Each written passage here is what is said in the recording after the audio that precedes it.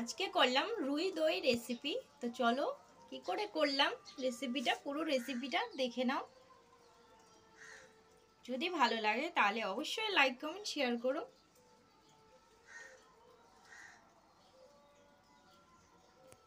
Hello বন্ধুরা, তো আমি আজকে করব, এটা হচ্ছে রুই মাছ, আর রুই মাছ দিয়ে আমি আজকে করব দই দিয়ে। তো এটা হচ্ছে রুই দই। তো সবাই দই কাতলা করে, আজকে আমি করব রুই দই রেসিপি। তো চলো প্রথমে আমি নুন হলুদ আর একটু লঙ্কার গুঁড়ো দিয়ে এগুলো ভালো করে মাখিয়ে নিচ্ছি। তো এখানে কিন্তু আমি তেল কড়াইতে দিয়ে দিয়েছি, তেলটা কিন্তু গরম হয়ে গেছে। তো এবারে আমি মাছগুলো একে একে দিয়ে দেব। তো খুব বেশি ভাজবো না।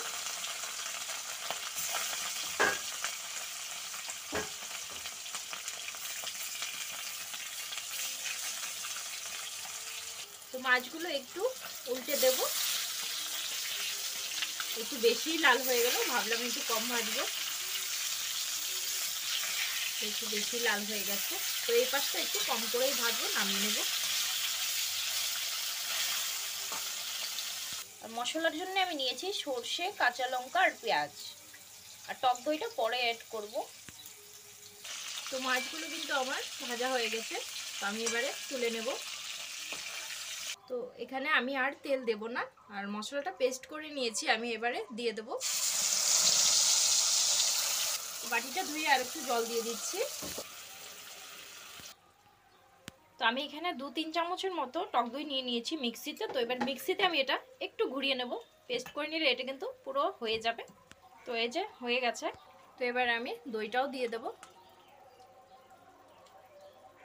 তো আবারও একটু বাটিটা ধুয়ে জল দিয়ে দিচ্ছি। তো এবারে আমি দিচ্ছি স্বাদ মতো নুন,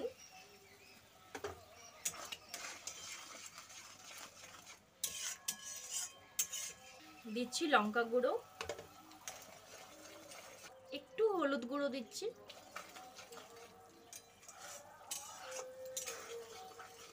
তো বেশি করে এটা ফোটানোর দরকার নেই। এবারে আমি মাছগুলো দিয়ে দেব।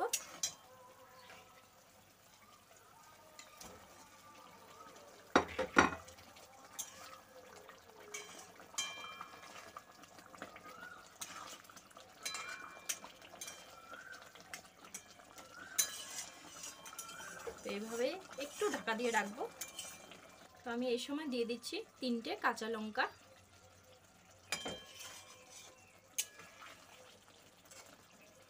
তো আমার কিন্তু রুই দই রেসিপি কিন্তু হয়ে গেছে, রান্নাটা দেখতে পাচ্ছ। তো আমি এটা কিন্তু এবারে নামিয়ে নেব।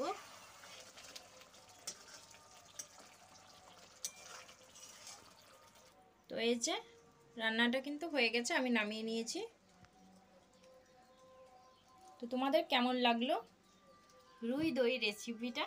তো যদি তোমাদের ভালো লাগে তাহলে অবশ্যই লাইক কমেন্ট শেয়ার করো। চলো পরবর্তী ভিডিওতে আবারও দেখা হচ্ছে। ততক্ষণের জন্য ভালো থাকো, সুস্থ থাকো, টাটা।